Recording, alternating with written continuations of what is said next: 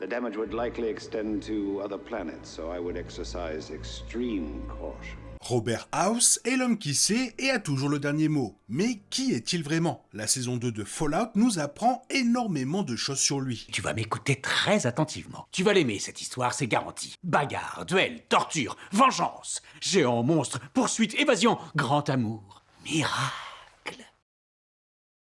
Robert House, interprété par Rafi Silver, était apparemment le seul personnage des jeux à apparaître dans la première saison de la série. Avec l'arrivée imminente de New Vegas, il semblait tout naturel que Robert House joue un rôle majeur dans la seconde saison. En juin 2024, les créateurs de la série ont confirmé, nombre de nos personnages principaux se dirigent vers Vegas. Dans l'univers, Vegas est la ville de Robert House. Il sera présent dans la saison 2. Et avec la deuxième saison, nous pouvons officiellement accueillir Monsieur Robert House. Contre toute attente, c'est Justin Theroux qui incarne Monsieur House en chair et en os dans ce deuxième chapitre. Dans Fallout, ce libertarien insupportable est perçu par certains comme une source d'inspiration, tandis que d'autres le considèrent comme un personnage fondamental. Dans la saison 2, il joue un rôle crucial. Voici tout ce que les jeux nous apprennent sur cet énigmatique autocrate de New Vegas et tout ce que nous avons appris de sa psyché avec la saison 2.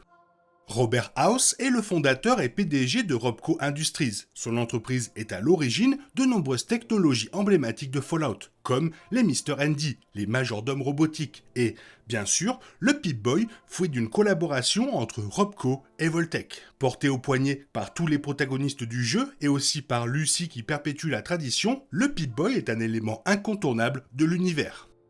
Robert Edwin House est né le 25 juin 2020 à Las Vegas, dans le Nevada, de parents propriétaires de l'empire H&H Tool. Orphelin à 2 ans, il perd ses parents dans un accident de voiture improbable, provoqué par la foudre. Son demi-frère Anthony le dépouille de son important héritage. Mais animé d'une forte rancœur et doté d'un QI exceptionnel, House persévère. Il intègre finalement le Commonwealth Institute of Technology, l'équivalent du MIT dans l'univers. Diplômé à l'âge vénérable de 22 ans, il fonde Robco Industries. Grâce à son sens aigu des affaires et à son expertise technique innée, Robco devient l'une des entreprises les plus rentables au monde au cours des 8 années suivantes. House est connu pour son expansion fulgurante et impitoyable. Il rachète les petites entreprises et finit par créer un véritable monopole sur certains marchés technologiques, notamment celui des logiciels. Si vous regardez attentivement n'importe quel terminal dans les jeux ou la série, vous verrez qu'il fonctionne sous un système d'exploitation Robco. Le personnage de Robert House s'inscrit parfaitement dans la lignée de Howard Hughes, alias le milliardaire excentrique par excellence. Mais House, et par extension ses passe-temps, était d'un pragmatisme plus étrange. Il avait lui-même conçu des algorithmes mathématiques pour tenter de prédire les grands événements mondiaux. Il se basait sur un flux constant d'informations mises à jour, intégrant des milliers de facteurs géopolitiques et socio-économiques.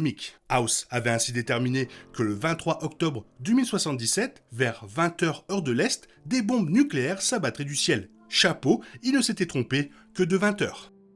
Sachant ce qui allait se passer, House s'attela à assurer la survie de Las Vegas à la guerre, et, tout aussi important, sa propre survie. Comme tout bon milliardaire, House possédait un casino à Las Vegas, le Lucky 38. Grâce à l'immense fortune et aux ressources de Robco, il entreprit d'équiper le Lucky 38 pour qu'il puisse protéger Vegas du gros d'une attaque nucléaire. Il décida également que des mesures drastiques s'imposaient pour qu'il puisse rester en vie indéfiniment et gérer la crise personnellement. Son corps de chair et de sang fut scellé dans un dispositif de survie qui le maintiendrait en vie. En théorie, pour toujours. Parallèlement, son cerveau fut connecté à un supercalculateur colossal. House créa également une armée de sécuritrons pour lui servir d'yeux, d'oreilles et de bras après la guerre. Les sécuritrons comptent parmi les robots de combat les plus puissants de Robco. Il savait qu'il suffirait au moins à dissuader la plupart des fauteurs de troupes qui pourraient surgir après la fin du monde. House savait que les capacités actuelles du Lucky 38 et de son armée de sécuritrons ne suffiraient pas à épargner complètement Las Vegas. Le strip resterait probablement relativement intact, mais les environs beaucoup moins. Un nouveau système d'exploitation fut conçu pour moderniser le réseau laser de House et ainsi garantir l'intégrité de Las Vegas. Il devait également considérablement renforcer les capacités offensives de son armée de sécuritrons. Le système fut téléchargé sur la puce de platine et devait être livré à House par coursier le matin du 23 octobre 2077. Malheureusement, le coursier n'arriva pas à temps. Malgré ce système d'exploitation rudimentaire, House parvint à dévier 68 des 77 missiles nucléaires lancés contre Las Vegas. Si certaines parties de la ville furent détruites, elle fut en grande partie épargnée. À l'impact, les systèmes de survie de House dysfonctionnèrent et il tomba dans le coma pour les 50 années suivantes, tandis que le chaos régnait en maître dans le monde extérieur.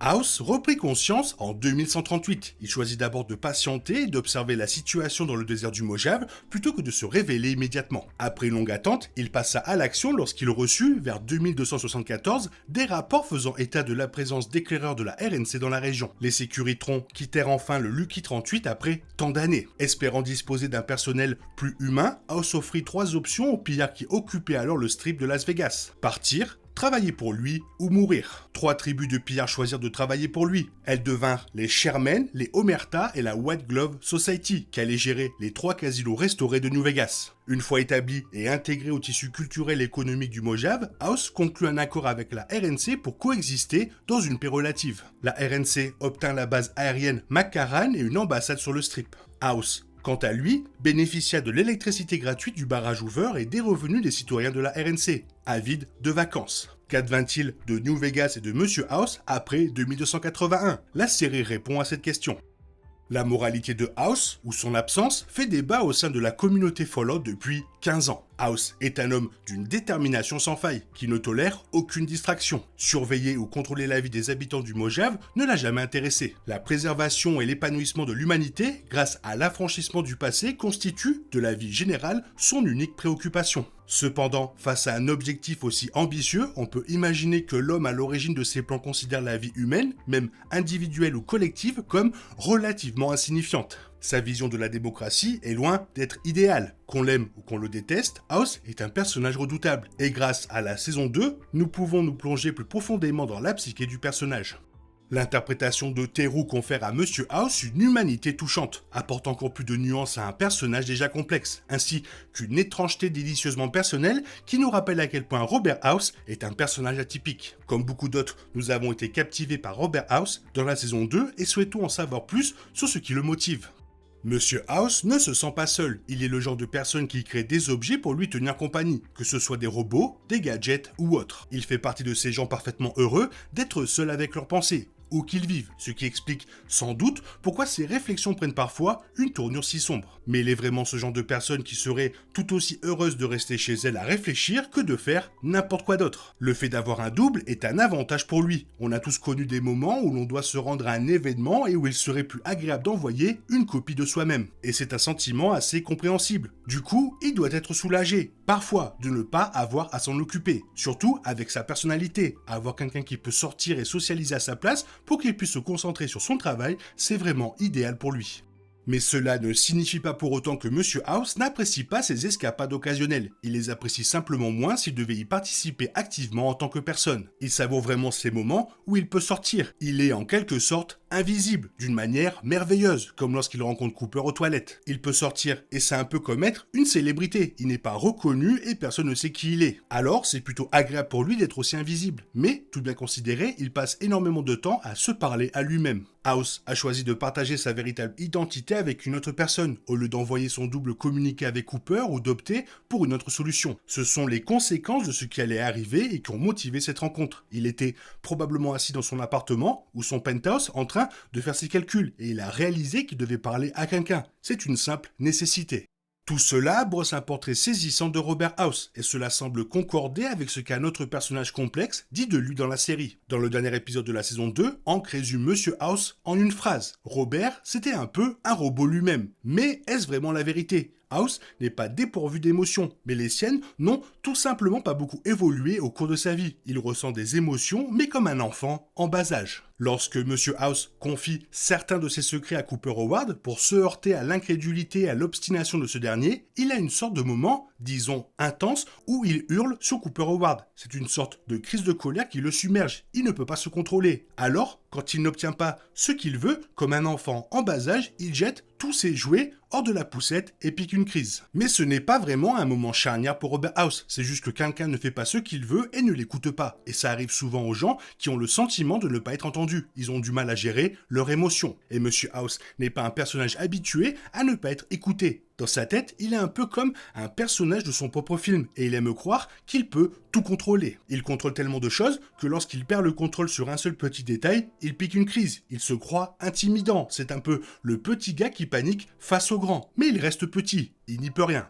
Après les émotions que Monsieur House éprouve bel et bien, on passe à autre chose de similaire, mais légèrement différent. L'empathie. Robert House est-il empathique? Et si ce n'est pas le cas, souhaite-t-il la développer? Non et non, il ne ressent pas d'empathie, il est tellement détaché du monde qu'il n'interagit pas vraiment avec les gens. C'est un peu comme les personnes extrêmement célèbres, les acteurs, les athlètes, etc. Ils ne ressentent plus les frictions dans leur vie. Et quand on n'entend plus le mot non, on est vraiment surpris quand il réapparaît. Ce manque de confrontation et de défi a rongé l'empathie de Monsieur House, si toutefois elle avait existé. Robert House est dépourvu d'empathie. La seule comparaison qui me vienne à l'esprit, ce sont les gens qui planifient des guerres ou ceux qui, dans la vraie vie, se disent « si on bombarde ça, on va probablement tuer plus de 2000 personnes » et ils les considèrent comme des corps, pas comme des êtres humains. Je pense qu'il fait partie de cette catégorie de personnes qui se disent « et si on bombardait ici, plutôt qu'ici ?» Pour eux, ce ne sont que des mathématiques, sans aucune dimension humaine.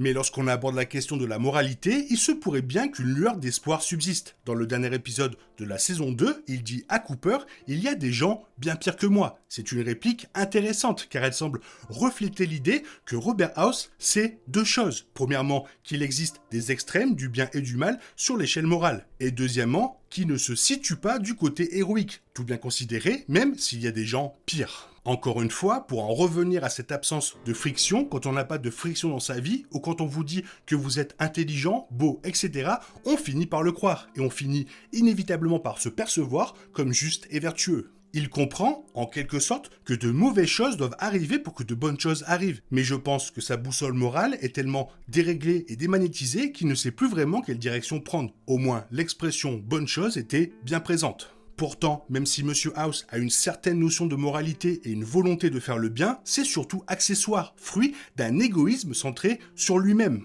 Il se dit « si je fais ça, je peux sauver la situation », mais en réalité, il ne pense qu'à lui. Il a protégé son petit coin de paradis et se fiche éperdument du sort des autres. Même appeler Cooper pour le prévenir du danger imminent dans le final de la saison 2 était surtout un réflexe de survie. Il devait le faire pour préserver leur relation. Il a eu la clairvoyance de dire à un moment donné « j'aurai besoin de toi, alors ne m'en veux pas ». Une réplique de Monsieur House était tout de même fascinante dans le final de la saison 2. « Si tu retrouves ta famille, je serai heureux pour toi ». C'est cette réplique en particulier qui m'a poussé à m'interroger sur l'empathie de Monsieur House, ou plutôt son désir d'empathie, sa capacité à ressentir des émotions et son amitié avec Cooper Howard, la goule. Est-il heureux pour lui? Serait-il heureux pour lui? Peut-il être heureux? Parce qu'à un moment donné, la réplique aurait pu être « Je serais ravi si tu retrouvais ta famille ». On est d'accord pour dire que, quoi qu'il en soit, l'intention de rendre heureux résonne profondément. Et peut-être, juste peut-être, malgré tout, y a-t-il une lueur d'humanité dans le destin de Monsieur House? Maintenant que Monsieur House est revenu dans les terres désolées, il semble qu'il jouera un rôle important dans les chronologies passées et présentes de Fallout. La showrunner Geneva Robertson-Dwyer a confirmé absolument lorsqu'on lui a demandé si le personnage de Monsieur House serait davantage exploré dans la saison 3, et au-delà, notamment en ce qui concerne sa relation avec Cooper Howard, la goule. Je pense qu'ils ont un passé riche que nous sommes impatients d'approfondir. House est profondément fasciné par Cooper. Il ne comprend pas vraiment pourquoi son algorithme lui répète sans cesse que ce personnage est si important. Cooper a fait un geste important qui le confirme cette saison. Mais y a-t-il autre chose? Nous sommes donc ravis de continuer à explorer leurs relations, et je trouve qu'ils sont formidables ensemble à l'écran. Walton et Justin ont une dynamique hilarante et incroyable. Une chose est sûre, la maison gagne toujours, et on peut tous s'accorder à dire que Fallout a triomphé grâce à l'interprétation magistrale de Monsieur Robert House par Justin Theroux. Un personnage complexe, un personnage brillant, un personnage comme on les aime, vivement son retour dans la saison 3. Toi, qu'est-ce que tu penses de lui? Fais-le moi savoir dans la zone commentaire. Et sinon, comme d'habitude, bisous bisous, bye bye.